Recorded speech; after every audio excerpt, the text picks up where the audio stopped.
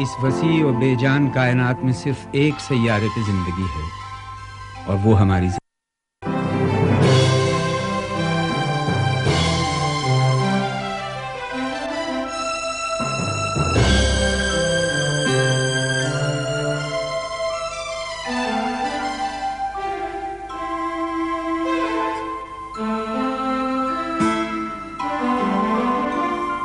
زندگی کے اس نازک جزیرے کا ایک ٹکڑا وہ ہے جسے ہم پاکستان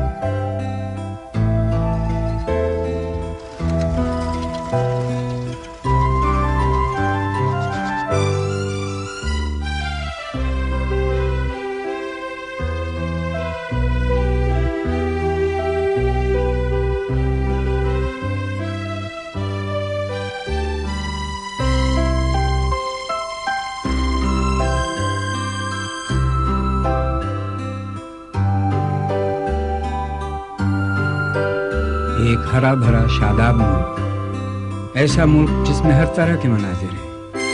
ان منظروں کی سرتاج پاکستان کے پہاڑی سلسلے قراقرم، ہمالیہ اور ہندو کش کی چوٹیاں۔ انہی سے پاکستان کا عظیم دریا سندھ شروع ہوتا ہے اور 2200 میل کا سفر طے کر کے سمندر میں جا جاتا ہے۔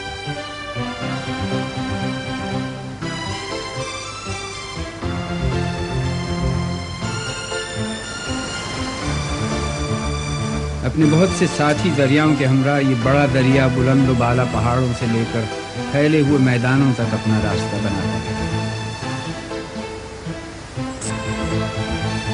راستے میں آنے والی چٹانوں سے لڑتا ہوا یہ دریا ہر سال اپنے ساتھ 3 کروڑ 80 لاکھ ٹن پتھر بہا کر لے جاتا ہے۔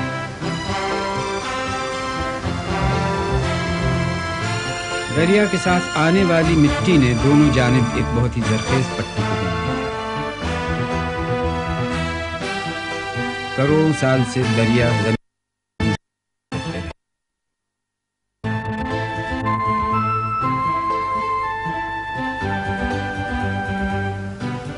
بلندیوں سے پستیوں کی جانب، دلدلوں سے صحراؤں کی طرف۔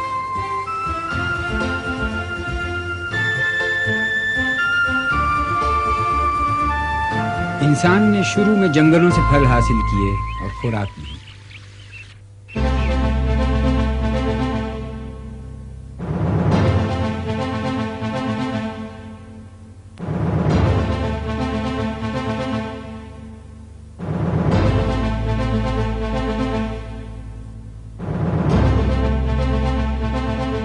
یہیں پر انسان نے اپنے بھالے کو ہل میں بدلا اور کسان کہلایا۔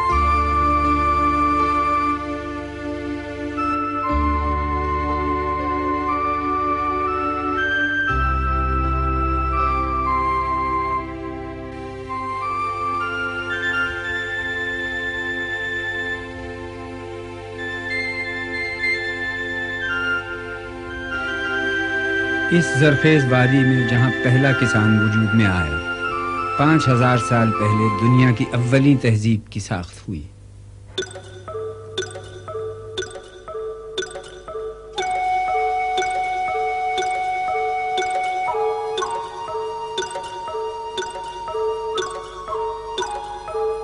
اس زمین نے یہاں کے رہنے والوں کو کئی نسلوں تک پالا اور جوان کیا۔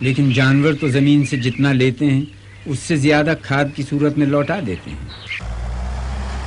کاشت کرنے سے زمین کمزور نہیں ہوتی بلکہ اس سے اس کی طاقت اور بھی بڑھتی ہے۔ اسی طاقت کی وجہ سے مٹی زرخیز رہتی ہے اور کھیتیاں لہلہاتی نظر آتی ہیں۔ لیکن زیادہ پیداوار حاصل کرنے کی خواہش نے زمین سے اس کی اصلیت چھین لی ہے۔ کاشتکاری کے جدید طریقوں نے زمین کو اس کی زرخیز سطح سے محروم کر دیا ہے۔ دین گڑھ اور فورٹ عباس کے علاقے میں 3/4 قابل کاشت زمین ریگزار بن گئی ہے۔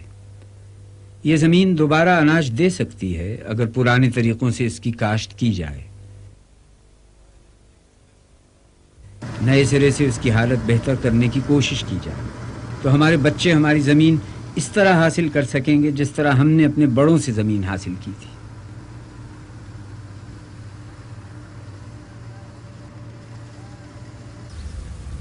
زمین پر سبزیاں اگانے سے زمین کی حالت بھی اچھی رہتی ہے اور اس سے فائدہ بھی ہوتا ہے۔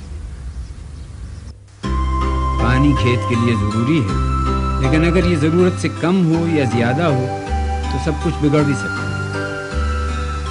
پاکستان میں بارش کا پانی محدود ہے۔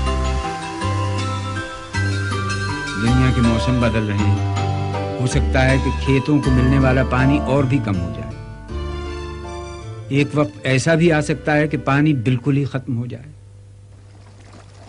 اس لیے پانی کو بہت سوچ سمجھ کے استعمال کرنا چاہیے۔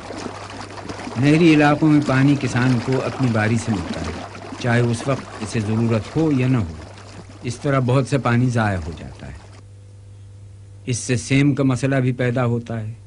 نمکیات زمین کی سطح پر جمع ہو جاتے ہیں، کھیتوں میں فصل نہیں اگتی، کسان زمین چھوڑ جاتے ہیں۔ نہروں کی حالت بھی خراب سے خراب تر ہو رہی ہے۔ بہت سی نہروں سے پانی کا صرف 1/3 حصہ کسانوں تک پہنچتا ہے، باقی پانی راستے ہی میں ضائع ہو جاتا ہے۔ کچھ کاشتکار ایسے ہیں جن کے پاس پانی کی فراوانی ہے۔ ہر کسان کی یہی خواہش ہے۔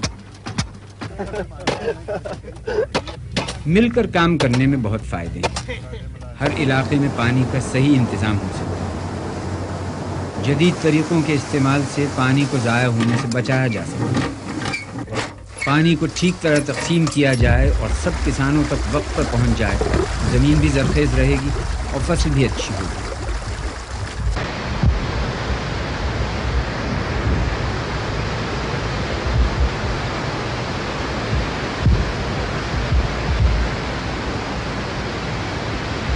بارش کا پانی ڈیم میں جمع کر کے نہروں کے راستے فصلوں تک بھیجا جاتا ہے۔ لیکن پانی کی ان جھیلوں کے نیچے ایک اور مسئلہ ابھر رہا ہے۔ دریا پہاڑوں سے نکلتے ہیں اور پہاڑ کچی چٹانوں سے بنتے ہیں۔ بارش ہوتی ہے تو یہ کچی چٹانیں ٹوٹتی ہیں، گھلنے لگتی ہیں، پانی اور برف کے ساتھ بہہ جاتی ہیں۔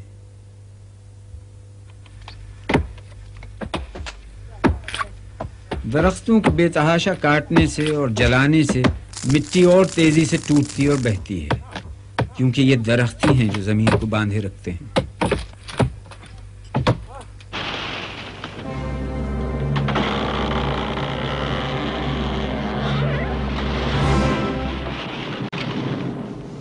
اس سارے عمل کے نتائج بہت ڈرامائی اور ہولناک ہیں۔ 1,10,00,000 ایکڑ یعنی پاکستان کا 1/3 حصہ اس وقت ٹوٹ پھوٹ کا شکار ہے۔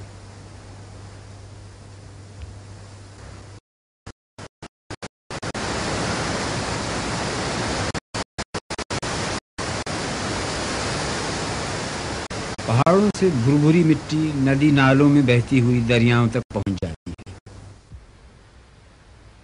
تربیلا ڈیم کے اندر ہر سال 17 کروڑ مکعب میٹر مٹی جمع ہو رہی ہے۔ 30 برس بعد یہ ڈیم مٹی سے بھر جائے گا۔ مٹی کو روکنے کے لیے منگلا ڈیم بالائی پہاڑوں کی ڈھلوانوں پر درخت اگائے جا رہے ہیں۔ پتھروں سے چھوٹے چھوٹے ڈیم بنائے جا رہے ہیں۔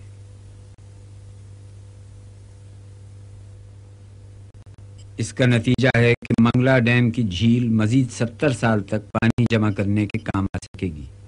اور کسانوں کو پانی بھی مستقل اور یقینی طور پر مل سکے گا۔ مل کر کام کرنے کا فائدہ بھی سب کو پہنچتا ہے۔ اگر سارے پاکستانی مل کر اپنی زمین کی دیکھ بھال کریں تو پورا ملک خوشحال ہوگا۔ ایسے کام کرنے کے لیے صرف پیسہ ہی درکار نہیں، بلکہ ضرورت اس بات کی ہے کہ سرکاری محکمے عوامی اداروں کے ساتھ مل کر کام کریں، یا پھر اپنے طور پر لوگ یہ کام کریں تاکہ وہ اپنے بچوں کے لیے ایک بہتر دنیا چھوڑ سکیں۔ جیسے گنیار کا یہ چھوٹا سا گاؤں جس کی گلیاں کبھی گندی و بدبودار تھیں، لیکن پہاڑی پر اس چراگاہ نے یہاں کے رہنے والوں کو ایک نیا حوصلہ دیا۔ یہاں اگنے والی لمبی گھاس کو پہلے تو مویشیوں سے بچایا،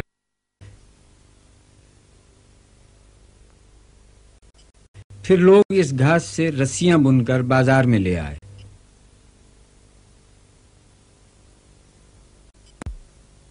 اور پھر اس رقم سے گاؤں والوں نے اس گلی کو پختہ کیا۔ چھوٹی سی یہ گلی آج گاؤں والوں کی بہتر سوچ کا نمونہ بن گئی ہے۔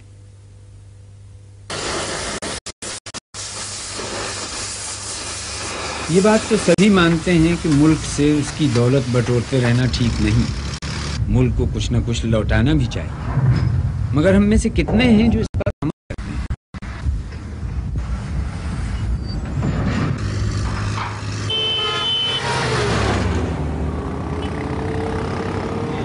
یہ سوچنا ہر شخص کا کام ہے کہ وہ کھیتوں اور پہاڑوں سے دور رہ کر بھی ملک کے مستقبل کے لیے کیا کر سکتا ہے۔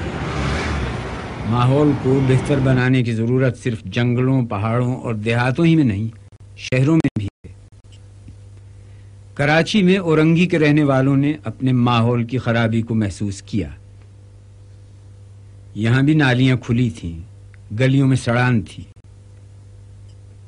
لوگ اکٹھے ہوئے اور نالیاں ڈھک دی گئی۔ آج یہاں لوگ مکانوں کو پختہ کرنے کے لیے خود بلاک بناتے ہیں۔ اجتماعی سوچ نے اس علاقے کی شکل بدل دی ہے۔ شہروں میں ہر طرف کچھ نہ کچھ کرنے کی ضرورت ہے۔ ہم اپنے ارد گرد کی زمین سرسبز بنا سکتے ہیں، بجلی بچا سکتے ہیں، پانی بچا سکتے ہیں، چیزوں کو ضائع کرنے میں کمی کر سکتے ہیں۔ تمام دنیا میں کارخانوں کا پرانا نظام بدلا جا رہا ہے۔ لوگوں میں اس بات کا احساس بڑی تیزی سے بڑھ رہا ہے کہ ایسا منافع اچھا نہیں جو ماحول کو خراب کر کے حاصل ہو۔ ماحول کی خرابی دنیا کے لیے ایٹمی جنگ سے بڑا خطرہ بن چکی ہے۔ اس سلسلے میں فوری طور پر کچھ نہ کچھ کرنا پڑے گا۔ ہو سکتا ہے ذرا سی دیر بھی ہماری اگلی نسلوں کے لیے تباہی کا باعث بن جائے۔ پاکستان میں بھی اس سلسلے میں قومی سطح پر منصوبہ ہو چکی ہے۔ اس منصوبے کے عمل میں آتے ہی پاکستان میں زندگی کے ہر شعبے پر خوشگوار اثر پڑے گا۔ اس وقت زیادہ توجہ 68 ایسے منصوبوں پر ہے جن پر 90 ارب روپے کی لاگت آئے گی۔ اس رقم کا بیشتر حصہ بیرونی امداد کی شکل میں وصول ہوگا۔ آئندہ 10 سال میں ان منصوبوں سے 8 لاکھ لوگوں کو روزگار ملے گا۔ ہوا صاف ہوگی تو لوگ صحت مند ہوں گے، ہر طرف خوشحالی ہوگی۔ سارا منصوبہ تیار ہے، اب ہمیں مل کر اس پر عمل کرنا اور پھر ایک بڑے مسئلے کا مقابلہ کرنا ہے، اور وہ ہے ہماری آبادی میں نہایت تیزی سے ہونے والا اضافہ۔ پاکستان ایک کم عمر ملک ہے۔ ہماری آدھی سے زیادہ آبادی 15 سال سے بھی کم ہے۔ اگر ہم تعلیم عام کر سکیں تو آبادی کی رفتار کم کی جا سکتی ہے، لیکن آدھے سے زیادہ بچے تو اسکول جاتے ہی نہیں۔ انہیں گھر سے باہر جا کر یا گھر کے اندر رہ کر اپنے ماں باپ کا ہاتھ بٹانا پڑتا ہے۔ ان بچوں میں کوئی خرابی نہیں، نئی نئی چیزیں سیکھنا انہیں بھی اچھا لگتا ہے۔ اپنے ماحول کے بارے میں آگاہ کر کے ہم اپنے بچوں کو وہ مہارت اور بہتر صحت دے سکتے ہیں جس کی انہیں زندہ رہنے کے لیے سخت ضرورت ہے۔